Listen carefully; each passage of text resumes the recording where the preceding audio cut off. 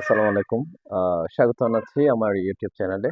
আজকে আলোচনা করব ১৯০৫ থেকে ১৯৪৭ এর ধারাবাহিক পর্ব, চতুর্থ পর্বের ক্লাস, খিলাফত আন্দোলন ১৯১৯ থেকে ১৯২২, এবং অসহযোগ আন্দোলন ১৯২০ থেকে ১৯২২, বেঙ্গল প্যাক্ট ১৯২৩। এই ৩ টা বিষয় নিয়ে কথা বলব। আ প্রথমত আসি যে খিলাফত আন্দোলনের বিষয়টা কি?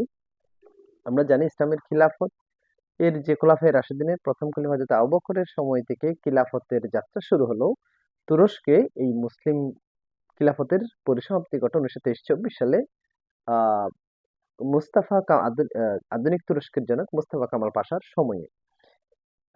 এখানে একটা বিষয় বলে রাখি, সেটা হচ্ছে ১৯১৪ সালে প্রথম বিশ্বযুদ্ধ যখন শুরু হয়, সে প্রথম বিশ্বযুদ্ধে মিত্র শক্তি ব্রিটেন, ফ্রান্স, রাশিয়ার কাছে, প্লাস হচ্ছে কি আমেরিকার কাছে অক্ষশক্তি জার্মানি, অস্ট্রো-হাঙ্গেরি এবং তুরস্ক পরাজিত হয়। জার্মানি এবং তুরস্কের এই প্রথম বিশ্বযুদ্ধে অক্ষশক্তির পরাজয়কে কেন্দ্র করে মিত্র শক্তিরা এই দুটো দেশকে ভাগবাটোয়ারা বা খণ্ড বিখণ্ড করার চেষ্টা করে এবং তাদের কর্তৃত্ব নেওয়ার চেষ্টা করে এবং অনেকটা ভাগ বন্টন করে ফেলে। সেটার প্রেক্ষাপটে তুরস্কে ১৯২০ সালে তারা একটা সেভার্স চুক্তি নামে একটা চুক্তি স্বাক্ষর করে, যে চুক্তির মূল বিষয় ছিল তুরস্ককে তারা খণ্ড বিখণ্ড করে ভাগবাটোয়ারা করে মিত্র শক্তির দেশগুলো বিভিন্ন অ সম্পদের উপর তুরস্কের অভ্যন্তরীণ যে ক্ষমতা সেটা তাদের কাছে নিয়ে নেওয়া। তো এটার প্রেক্ষাপটে ঠিক এই একই সময়ে ভারতীয় উপমহাদেশে তখন ইন্ডিয়ান সাবকন্টিনেন্টে তখন ব্রিটিশরা এখানে শাসন করে।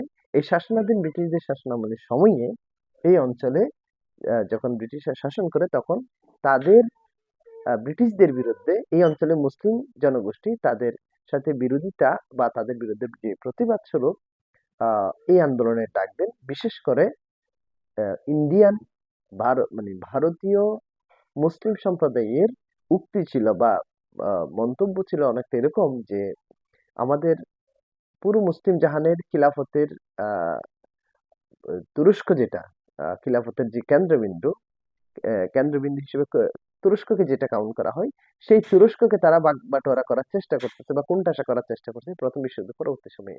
এটার প্রতিবাদ স্বরূপ ভারতীয় মুসলিমরা ব্রিটিশদের বিরুদ্ধে এই অঞ্চলে তাদের বিরুদ্ধে আন্দোলন করে এবং তুরস্ককে সমর্থন করে এই আন্দোলনটা করে। এবং এটার আন্দোলনের কে কেন্দ্র করে যেই ব্যক্তিবর্গ এটার ভূমিকা ছিলেন, মৌলানা মোহাম্মদ আলী, মৌলানা শওকত আলী এবং মৌলানা আবুল কালাম আজাদ এই আন্দোলনে সংযুক্ত করে যারা খিলাফত আন্দোলনের নেতৃত্ব দিয়েছিলেন।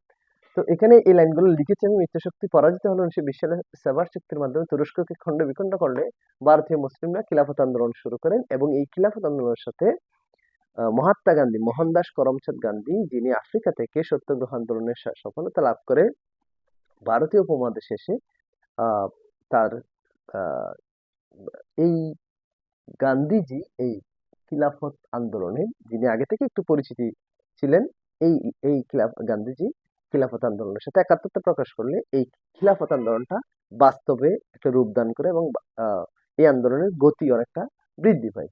কিন্তু এখানে ঠিক একই সময়ে খিলাফত আন্দোলনের মাঝামাঝি বা শেষের দিকে করে মহাত্মা গান্ধী তার নিজস্ব ডাকে যখন অসহযোগ আন্দোলনের ডাক দেন, তখন কিন্তু হিন্দু এবং মুসলিমদের সাথে খিলাফত আন্দোলনের যে মুসলিমদের সাথে হিন্দুদের যে আন্দোলন, সেই আন্দোলনে একসাথে যুক্ত হয় এবং মহাত্মা গান্ধী অসহযোগ এবং অহিংস আন্দোলনের ডাক দেন।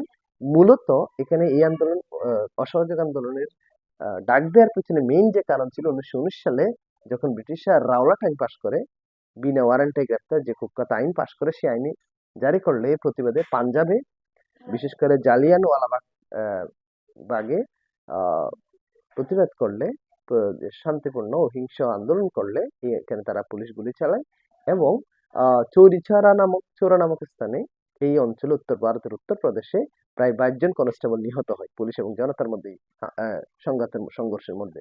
এই নিহত হওয়ার প্রেক্ষিতে যখন মহাত্মা গান্ধী, মোহনদাস করমচাঁদ গান্ধীজি যখন এই আন্দোলনের যাত্রা শুরু করেছিল, তিনি কিন্তু অহিংস বা অসহযোগ আন্দোলনের কথা বলেছিলেন। কিন্তু কিন্তু দেখা গেল যখন এই আন্দোলনটা সহিংস পর্যায়ে রূপদান লাভ করলো, বিশেষ করে আহ জালিয়ানওয়ালাবাগ হত্যাকাণ্ড এবং চৌরি চৌরা চৌরি চৌরা নামক স্থানে যে 22 জন পুলিশ কনস্টেবল হত্যাকাণ্ড সংঘটিত হলে তখন কিন্তু এই আন্দোলন তিনি সমাপ্তি ঘোষণা করেন। এর প্রেক্ষিতেই অসহযোগ আন্দোলনের সমাপ্তি ঘটে। তবে মুসলিম এবং মুসলমান এবং হিন্দুদের একটা আন্দোলন, যুগপৎ আন্দোলনের যাত্রা শুরু হয়।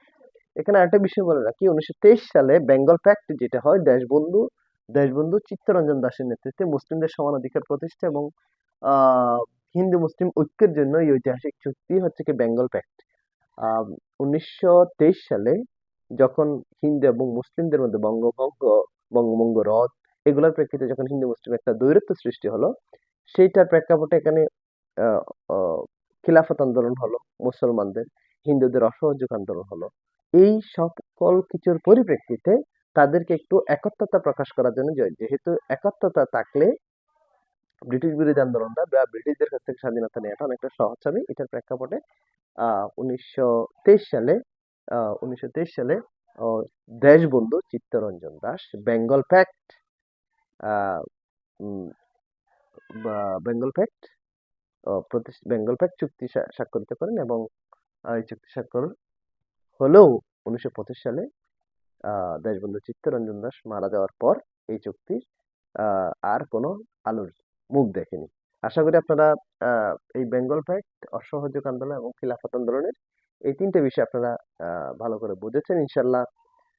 আমরা এই যে ধারাবাহিক যে আলোচনা 1905 থেকে 1947 সালের যে ধারাবাহিক আলোচনা, সেই ধারাবাহিক আলোচনার এই পর্বের ক্লাস এখানে শেষ করছি। ইনশাল্লাহ পরের ভিডিওতে দেখা হবে। সবাই ভালো থাকবেন, সুস্থ থাকবেন। আল্লাহ হাফেজ। আসসালাম।